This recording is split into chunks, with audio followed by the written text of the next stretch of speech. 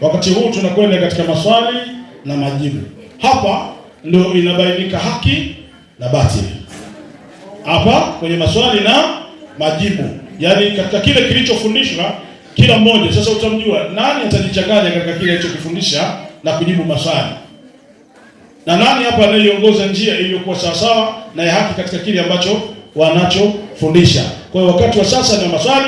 Profesa Habib Othman Mazinge, bingwa wa hoja Afrika Mashariki na dunia inalitambua hilo, anakwenda kuuliza swali hapa. Anaweka swali mezani. Karibu. Asalamu alaykum wa rahmatullahi wa barakatuh. Sikutegemea kama mtu atatumia Qur'ani kupata lifti ya kufa mtoto wa Mungu. Sikutegemea. Leo kwa mara ya kwanza. Kwa kuwa mimi sitaki kuuliza, alitoa aya hii, isikilizeni. Katoa yeye. Natumia dakika 2 tunauliza swali. Qur'ani 19:33. Hebu anavyoongea huyu msikilize, na anavyoongea mimi msikilize. Alafu nyinyi mtakuwa majaji. 19:33 sura Maryam inasema. Katoa huyu. Bismillahirrahmanirrahim. Na amani iko juu yangu siku niliyozaliwa. Yesu anasema, sikilizeni hapa. Amani itakuwa juu yangu siku niliyozaliwa. Maana hapa tayari. Na siku nitakayo kufa. Subirini, nataka niulize. Siku nitakayo kufa, kisha kufa tayari? Kisha kufa. Katoa huyo haya. Endelea. Na siku nitakayo fufuliwa. Sasa ni siku gani kafufuliwa? Toa kwenye Qur'ani. Toa sasa kwenye Qur'ani. Kasema siku nitakayokufa na siku nitakayofufuliwa. Sasa nakuachia kazi sasa.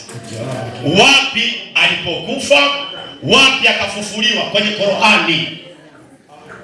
Tunataka aya, sio maelezo yako. 11:29 Mathayo. 11:29 Mathayo nasema hapa, subiri. Anasema Waislamu wana dhambi. 11:29 Mathayo.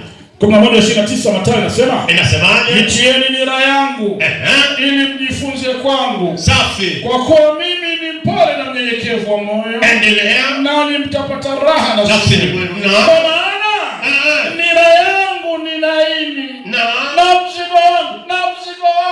mzigo wangu ni mwepesi. Hata Yesu ana dhambi lakini nyepesi. Ana mizigo. Ukija hapo utuambie mzigo maana yake nini? Mzigo maana yake ni dhambi. Ndio maana Galatia 3:1 ikasema kila mtu atabeba mzigo wake mwenyewe. Akatoa hadithi hapo. Yesu atarudi kuvunja misalaba. Katoa hajatoa? Katoa hajatoa? Anakuja kuvunja msalaba kwa sababu haumuhusu. Umetoa mwenyewe hapa. Atakuja kuhukumu ulimwengu. Akasema dakika ngapi? Bado moja.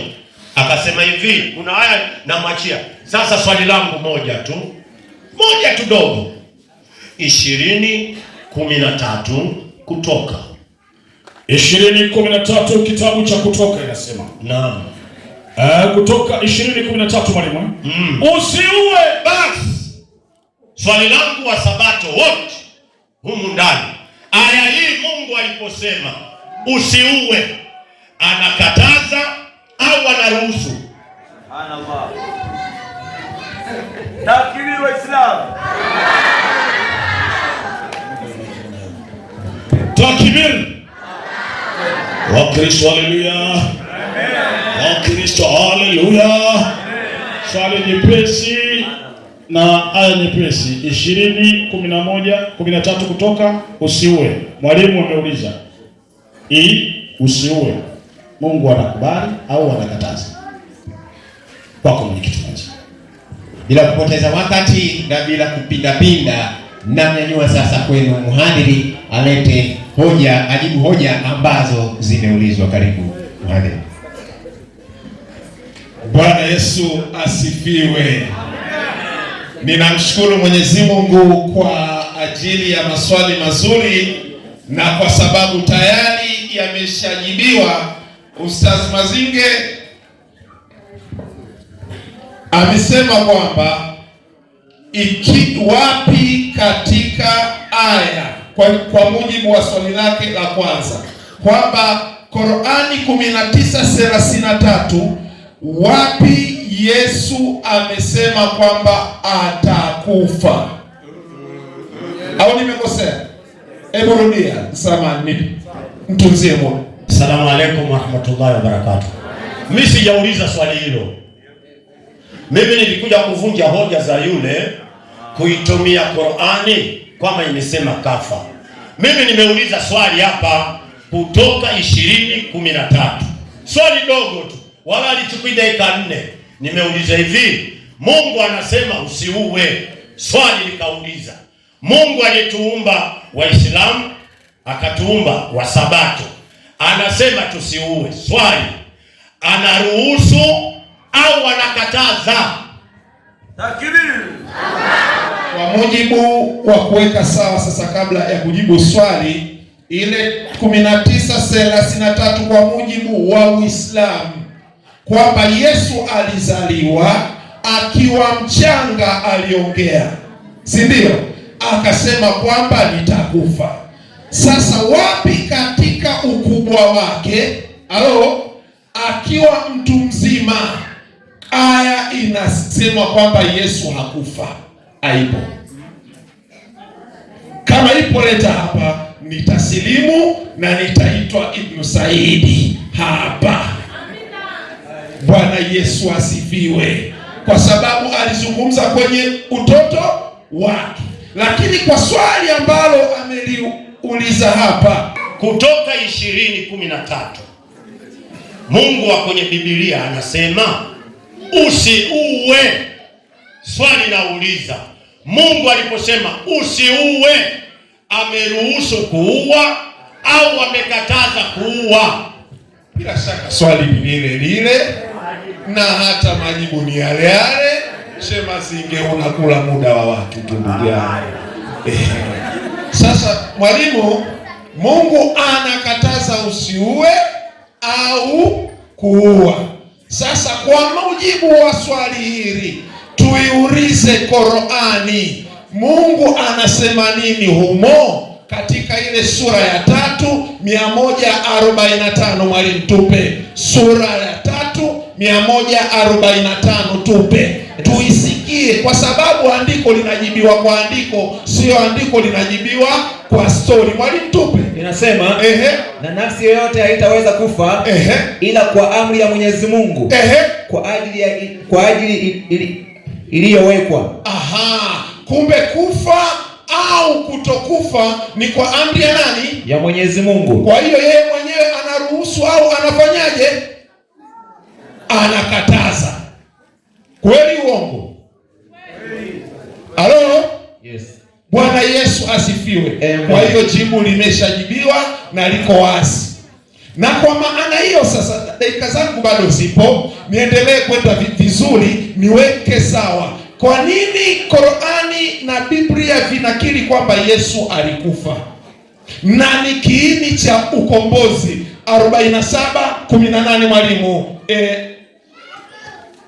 Qur'ani mwalimu. 47:18 mwalimu tupe. 47:18 Qur'ani. Tupe.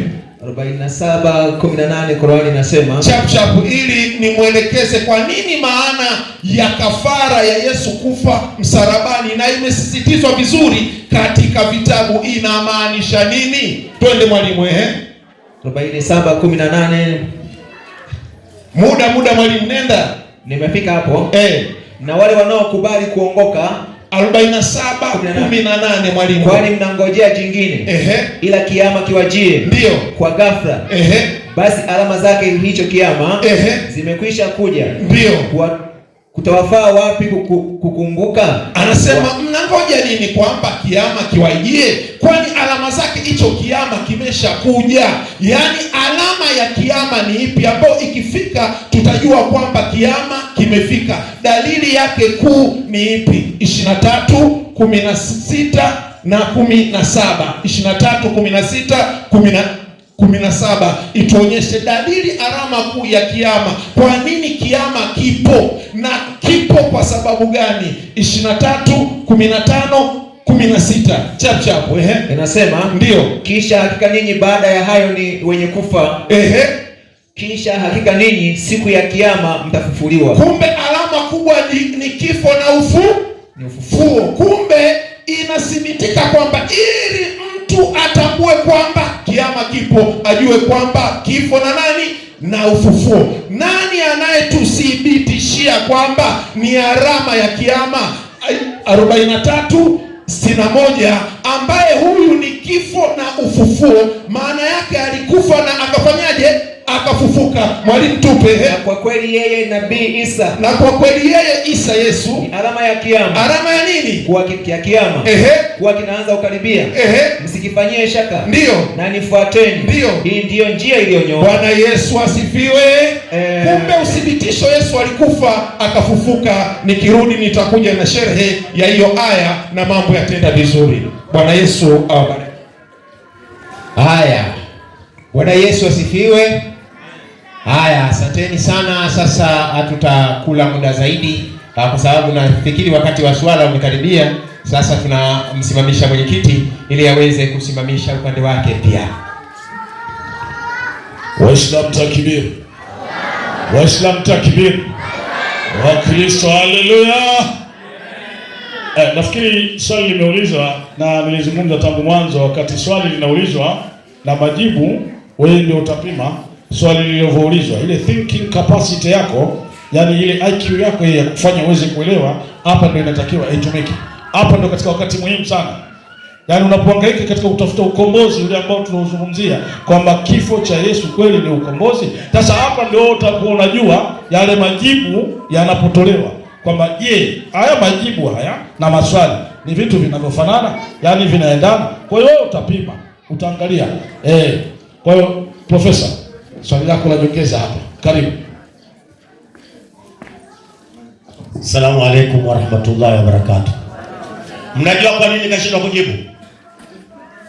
Mnajua kwa nini kashindwa kujibu? Hamjui. Wewe ni kutege swali au utajibu wewe? Jamani, mimi nimekuja kuuliza habari za kiyama hapa. Hivi nyinyi wa Kristo semeni kweli.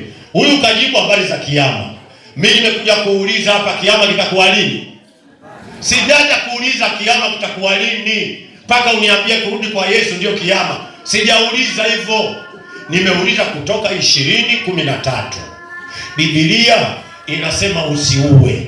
Nikauliza Mungu alivyotuambia tusiue, alitukataza au alituruhusu? Anakuja kunijibu habari za kiyama.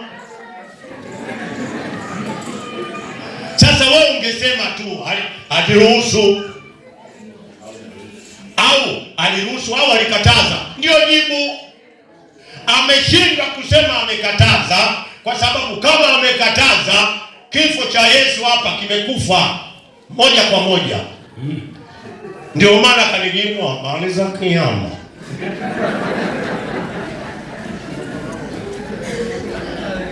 Mimi siendi huko sasa. Huko siendi kabisa. 11:29 Mathayo. Jitieni nira yangu ili mjifunze kwangu. Naam. Kwa kuwa mimi ni mpole na mnyenyekevu wa moyo. Safi. Nira yangu ni laini. Safi. Na mzigo wangu ni mwepesi. Basi Wakristo, wa Sabato, wa Katoliki, Waislamu, Yesu anasema tujifunze kwake. Tunataka tujifunze kwake. Yesu alikufa tarehe ngapi? Iwe kumbukumbu. Salamu alaykum. Wa alaykum salaam. Takbir. Takbir. Takbir. Waliotangaza kifo cha Yesu Haya, naomba tarehe. Nitangaza kifo cha Yesu. Maana watu wote hapa wametangaziwa Yesu kafa, si ndio eh? Haya, naomba tarehe. Karibu mwenyekiti. Haya, majibu yapo. Majibu yapo. Nani atayatoa? Namleta kwenu mhadhiri.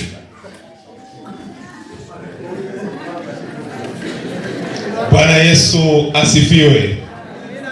Swali ni rahisi tu kwamba Yesu atakufa lini? Alikufa lini, si ndio? Tarehe, si ndio? Na mimi nikuulize Mazinge, kwa mujibu wa maoni yenu, ila sio msaafu, mnasema kwamba Yesu hajafa ila atakuja kufa. Atakufa tarehe ngapi? Majibu hauna. Lakini swali ni rahisi. Sasa twende vizuri. Acheni kelele jamani, mtulie tu. Swali linajibiwa kwamba Yesu anasema na mzigo wangu ni mwepesi. Maana yake kwa fasiri ya msomi ambaye amekaa amechunguza, amekuja na majibu ya kusema kwamba Yesu ana dhambi. Sasa swali, Qur'ani ituambie afu tupime kwamba Qur'ani na Mazinge yupi yuko sahihi. 19 mwalimu tupe sura Maryam 19 ituambie, je, Yesu ana dhambi au hana dhambi? Mizigo yake ikoje? Na anapozungumza kwamba mzigo wangu ni mwepesi anamaanisha nini? Mwalimu tupe 19 na ile aya ya 19 inasema, malaika akasema. Mwenyekiti, haujakaa sawa, nilipie muda wangu. Mtulie vizuri tu. 19 mwalimu tupe. Umeniambia mwenyekiti ni watulize, sijawatuliza. Sawa. Naona kama nyinyi mnalalamika nini? Hajajibu swali. Ndo anajibu.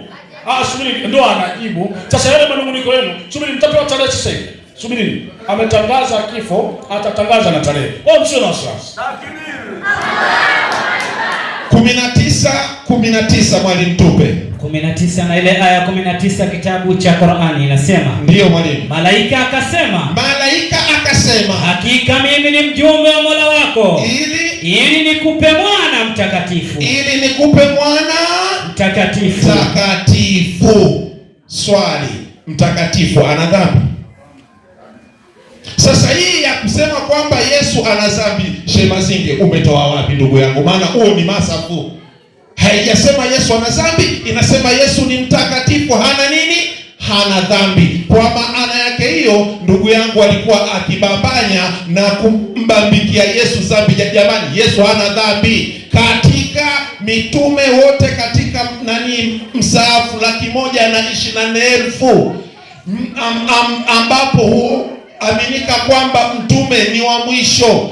Yesu katika hao wote hana dhambi. Hata Mtume Muhammad sallallahu alaihi wasallam anatajwa kwamba ana dhambi. Hiyo ni 47:19 imesomwa hapa.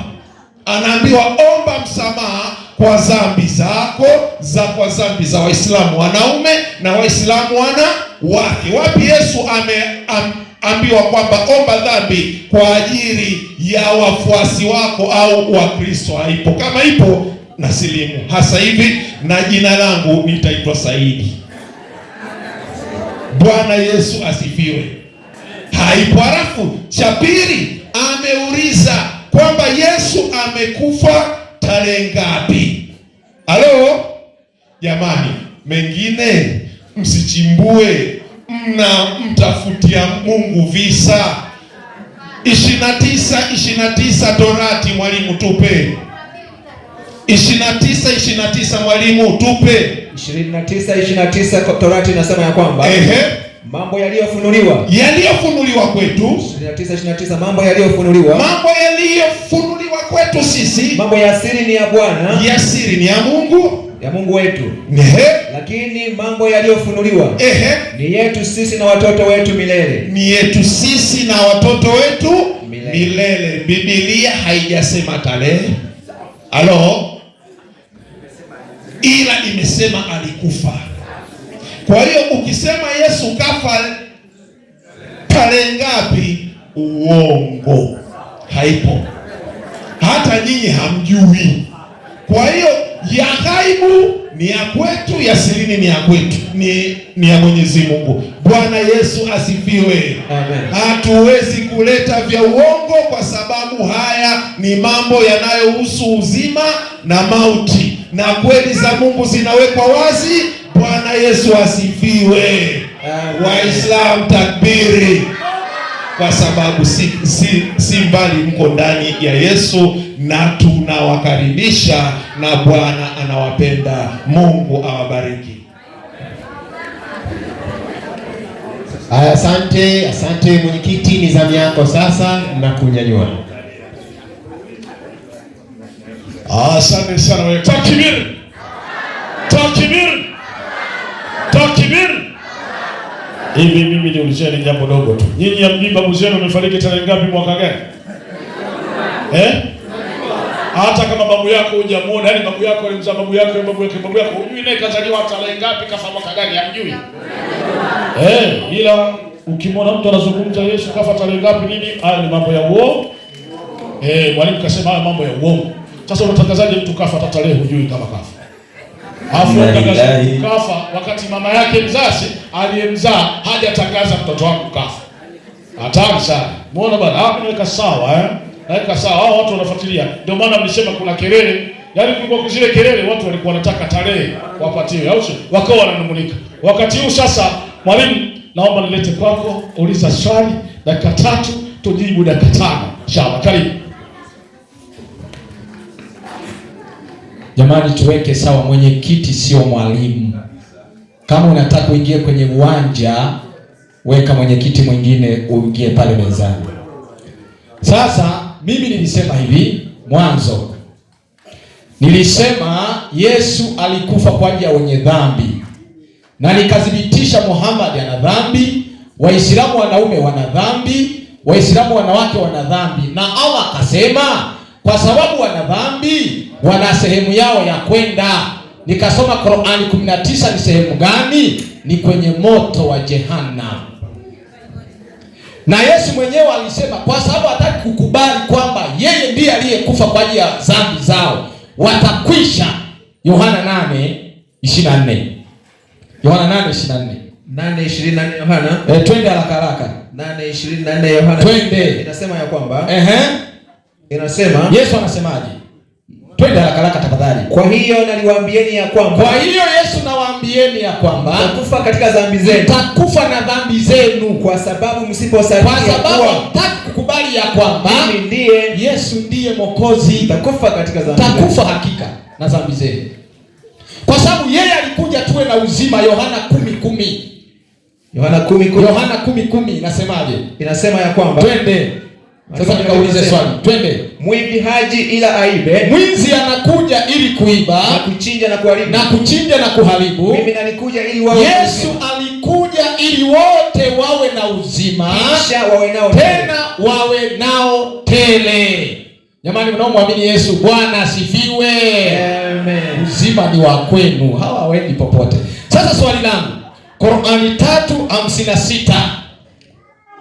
Qur'an 3:56 inasema, twende. Kumbukeni Allah aliposema. Kumbukeni Allah aliposema, ewe Isa, kwa yakini mimi ndiye mwenye kufisha, mimi nitakufisha. Soma ufafanuzi. Ufafanuzi unasema, kuwa nabii Isa amekufa ni jambo la hakika na kinyume. Twende 2:240 inasema, twende Qur'ani. Na wale wanaofishwa wanakufa. Swali, Qur'ani imesema Mwenyezi Mungu atamfiisha Yesu, na Qur'ani kasema imesema kwamba wanaofiishwa wanakufa. Swali, je, haya maandiko ni ya ukweli au ni ya uongo? Haya, mwenyekiti, karibu.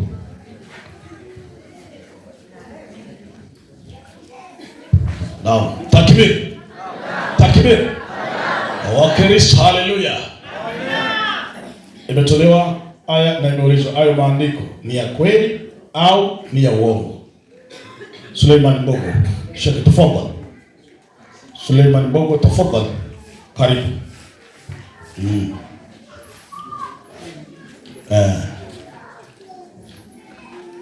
Karibu tafadhali. Assalamu alaikum wa rahmatullahi wa barakatuh. Assalamu alaikum wa rahmatullahi wa barakatuh. Tuseme inna lillahi. Yani hao wamezunguka, Qur'ani imesema sijui nini, lakini majibu hakuna. Kwa mfano tu, angalia kijana aliyekuja kujibu maswali ya Sheikh Mazinge. Kila linaulizwa swali hivi, yeye anaenda kwingine. Linarudiwa anaenda wamechanganyikiwa kabisa. Angalia hata swali la mwisho hapo. Wanaonekana kabisa kwamba wenzetu wamefilisika. Sasa walichosoma wanasoma maelezo, kuna comment. Hizi ni comment au taaliki kwa lugha ya Kiarabu. Kwamba wafasiri wanaweka kwamba fulani walizungumza hivi, yani ni maelezo, sio aya. Kwa mfano, soma ukurasa wa 109. Ndio. Maelezo haya yanasema hivi. Yanasemaje? Kuwa Nabii Isa amekufa ni jambo la hakika kabisa lisilo na kinyume. Endelea. Na kusema amepanda mbinguni ndiyo si kweli hata kidogo. Endelea. Mtume sallallahu alaihi wasallam amesema Musa na Isa ndio wangekuwa hai ndio wasingekuwa na njia ila kuifuata. Hata alisema Kathiri ndio hata alisema ndio umri wa Nabii Isa ulikuwa miaka 120. Umari ndio anasema Qur'ani ndio imevunja kabisa itikadi hii ya kupanda Isa mbinguni hai katika aya zisizopungua 30. Kama kusadiki Nabii Isa amepanda mbinguni ndio kuna faida yoyote, ndio basi labda wamepata Wakristo. Ingawa kwa hakika hata kwao jambo hili ni kwa sababu iliyowatia katika kufuru na hasara. Tuli hapo. Haya wanasoma maelezo, sio aya. Aya ziko wazi. Kwa mfano, wametoa hadithi kwamba Isa ni alama ya kiyama kuwa kinakaribia. Aya wametoa. Wakasoma hadithi inaonyesha Nabii Isa atakuja kuhukumu, lakini kuna kitu wamekiuka. Soma hadithi sura ya Lulu wa Manjani ukurasa wa 52. Soma hiyo hadithi. Sikilizeni hapo. Sasa anauliza maelezo haya ya kweli au sio ya kweli? Tunaanza hapa kumtajibu ya kweli au sio ya kweli? Hadithi ya Abu Huraira radhiallahu anhu amesema, inasema mtume wa Mwenyezi Mungu, mtume wa Allah. Sikiliza. Allahu wa Ta'ala. Subiri bwana. Haya ni maneno ya mtume mwenyewe, sio maelezo. Sikiliza. Amesema, vipi atakapoteremka mwana wa Maryam kwenu? Vipi atakapoteremka Isa mwana wa Maryam kwenu? Future tense. Kwamba ni tukio ambalo litakuja baadaye.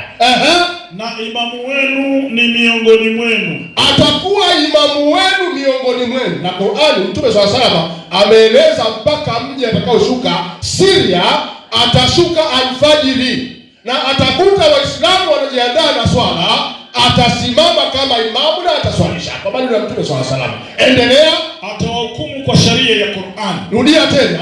Atawahukumu kwa sharia ya Qur'an. Rudia tena. Atawahukumu kwa sharia ya Qur'ani. Atahukumu kwa sharia ya Qur'an. Takbir. Allahu Akbar. Mbona hapo mkusoma kama kweli? Mbona mkusoma? Kwa hiyo huyu ni Muislamu mwenzetu, na ndio maana atarudi na ataoa, atazaa na kiama bado. Hapo kwa akili yao wanajua kuja kwa Yesu ndio kiama tayari. Sio kweli. Hata kwa mujibu wa Yesu mwenyewe. Mathayo 24 anzia 2. Mathayo 24:2 na anzia 2. Hata Yesu mwenyewe kuja kiama bado, hizo dalili. Ndio maana ikasema alama. Kuna alama 10 zilizotajwa na mtume. Siku alama ya mwisho ni kutoka jua magharibi kwenda mashariki. Ndio alama ya mwisho, unajua sasa kuanzia hapa kiama kinakuja. 22 Mathayo inasema. Inasemaje? Inasema naye akajibu akawaambia. Anza moja. Yesu akaenda zake. Akatoka hekaluni. Ndio. Wanafunzi wake akamwendea ili kumwonyesha majengo ya hekalu. Endelea. Na akajibu akawaambia. Ameona haya yote? Ndio. Amini nawaambieni. Halitasalia hapa jiwe juu ya jiwe ambalo wala halitabomoshwa. Endelea. Hata alipokuwa ameketi katika mlima wa Mizeituni, ndio wanafunzi wake wakamwendea kwa faragha. Tulie, wanafunzi ndio wanamuuliza Yesu. Sikiliza majibu ya Yesu. Endelea. Wakasema, wakamwambia, mambo haya yatakuwa lini? Mambo haya yatakuwa lini? Nayo nini dalili ya kuja kwako? Nini dalili ya kuja kwako? Na ya mwisho wa dunia. Ya mwisho wa dunia. Ndio kiama huko mwisho. Yesu akajibu, akawaambia.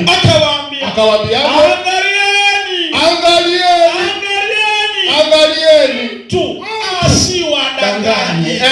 Kwa sababu wengi watafanyaje? Watakuja kwa jina langu mimi Yesu, wakisema mimi ni Kristo. Maliza. Nao watawadanganya wewe. Maliza. Nani? Ndio utasikia habari ya vita na matetesi ya vita. Endelea. Angalieni msitishwe. Maana haya hayana budi kutukia. Lakini ule mwisho bado. Kwa hiyo hata Yesu akirudi ni alama ya kiyama, lakini mwisho bado. Yale mmesoma maelezo, hamkusoma aya. Asalamu alaykum wa rahmatullahi wa barakatuh. Wa assalamu alaykum. Wasema la ilaha illa Allah. Waislamu takbir. Waislamu takbir. Wakristo haleluya. Nafikiri mwalimu amejibu yale mmesoma maelezo na hamkusoma aya. Jibu ni hilo kwako mwenyekiti mmoja. Hapo alipoishia asalamu alaykum. Bwana Yesu asifiwe. Haya.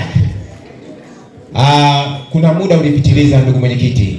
Ulipitiliza dakika moja. Ni dakika moja.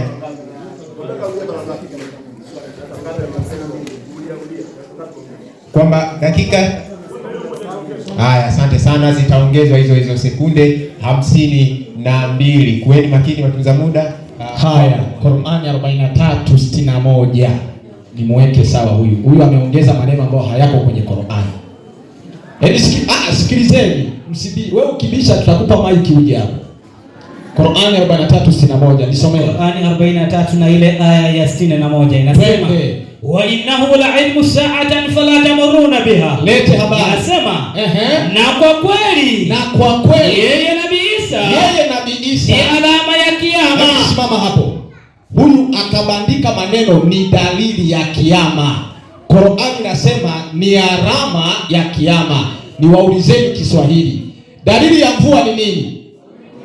Na alama ya mvua ili ujue kuna mvua ni nini? Ni maji. Sasa au ni matope? Tuseme ukweli. Alama ya mvua ni nini? Matope. Na dalili ya mvua? Sasa huyo anamlazimisha Yesu awe dalili, asiwe alama. Hiyo ameongeza maneno hayapo. Hayo ni ya kwake. Tunamwachia yeye. Jamani, Bwana asifiwe. Amen. Tunarudi pale Qur'ani 3:56. Naomba hii Qur'ani tafadhali. Au soma barani. Qur'ani au hii soma. Tafadhali harakisha. Jamani, nimesema Qur'ani 3:56. Sijasema maelezo ya Qur'ani. Huyu kasema amesoma maelezo, sio aya. Ni aya. Qur'ani 3:56. Inasema, soma. Kumbukeni Allah aliposema. Ewe Isa, kwa yakini mimi ndiye mwenye kufisha. Allah anasema kwenye Qur'ani 3:56, Yesu nitakufiisha. Alafu sikiza, alafu Allah akasema kwenye Qur'ani 2:240 wanaofiishwa wanakufa. Jamani, hizi ni aya, ni maelezo aya. Sasa mbona anazikataa? Nikauliza hizi aya ni za kweli, ni za uongo? Akasema hizo sio aya, ni maelezo. Hizi ni aya. Jamani, lazima muangalie udanganyifu uko wapi, muwe makini. Na sisi walimu tuko makini. Hatutakubali haki kanyagwe, tunaona. Hatutakubali. Sasa mwalimu wangu, hiyo nafikiria na naomba akirudi anijibu tena. Hizi aya ni za ukweli au za uongo? Kieleweke leo. Yaani niko very serious mpaka nipate jibu. Sio maelezo, ni aya. Bado dakika ngapi? Bado moja. Mwalimu wangu, Yohana 10:11. Yohana 10:11. Yesu tuambie habari, unasemaje? Yohana 10:11 Biblia inasema ya kwamba twende. Mimi ndimi mchungaji mwema. Yesu anasema, unajua Yesu anasema mimi ndimi mchungaji mwema. Mchungaji mwema hutoa uhai wake kwa ajili ya kondoo. Ambaye nina uwezo wa kutoa uhai wangu na kuondoa. Hebu rudia hiyo aya. Mimi ndimi mchungaji mwema. Twende. Mchungaji mwema hutoa uhai wake kwa ajili ya kondoo. Mchungaji mwema hutoa uhai wake kwa ajili ya kondoo. Ndio hapo ulikosea mara ya kwanza.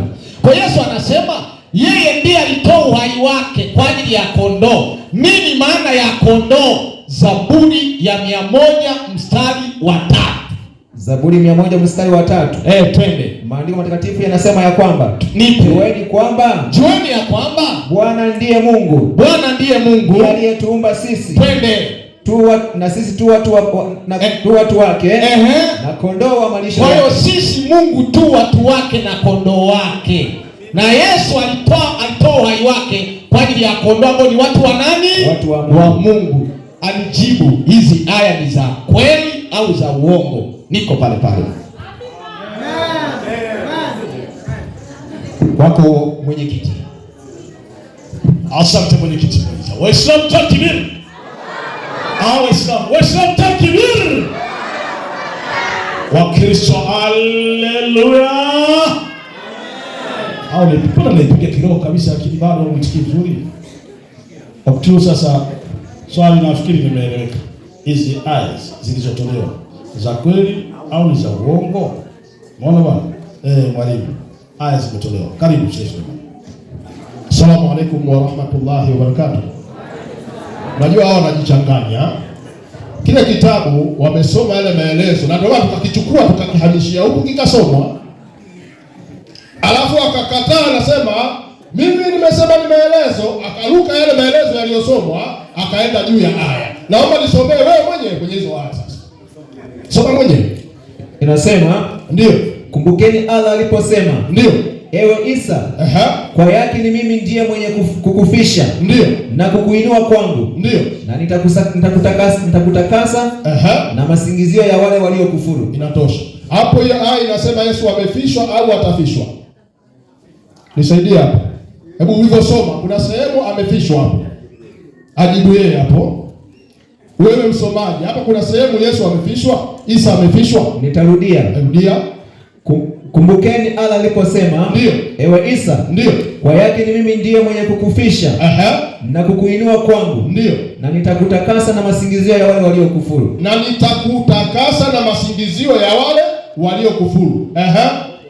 Na nitawaweka wale waliokufuru juu ya wale na nitawaweka wale waliokufuata juu ya wale waliokufuru mpaka siku ya kiyama. Mpaka nitakuweka. Hapo kashawekwa bado kwa mujibu wa hiyo aya.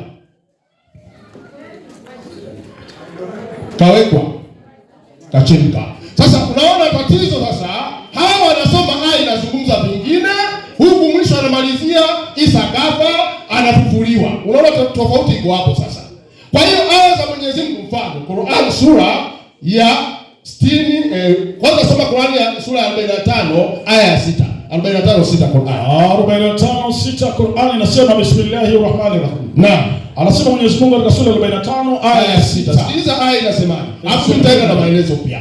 Hizi aya za Mwenyezi Mungu. Hizi aya za Mwenyezi Mungu tunakusomea kwa ukweli. Tunakusomea kwa ukweli. Maana aya zinathibitisha zenyewe, zinasoma ni za kweli. Basi hadithi gani watakayoiamini baada ya kupuuza hadithi ya Mwenyezi Mungu na aya zake? Unaona hadithi gani watakayoiamini baada ya kupuuza aya za Mwenyezi Mungu na hadithi za mtume? Unaona ilivyokaa. Hiyo ni aya, sijasoma maelezo. Sikiliza maelezo yake sasa. Basi hatari kubwa. Basi ni hatari kubwa kuyaacha maneno ya Mwenyezi Mungu na mtume wake kwa maneno ya mtu mwingine. Ndio maana mwanzo akawa anadai wanachuoni wamesema, hatumfuati wanachuoni, tunaangalia Mwenyezi Mungu kasemaje na mtume kasemaje. Kwa hiyo haja ya msingi kwamba je, aya hizi za kweli, aya za kweli. Sasa je, hoja na swali, kama aya za kweli, ni aya gani Mungu anasema Isa amekufa na amefufua. Ndio hicho kilichokuwa anadai Sheikh Mazinge. Hapa mmeulizwa tutajieni tarehe siku ambayo Yesu kafa, wakasema ukiiona ni uongo. Jamani Wakristo na Waislamu, hakuna sikukuu inaitwa Pasaka.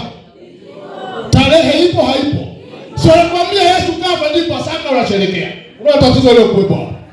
Tarehe ya kufa kwake kwa kusherehekea sherehe wanayo.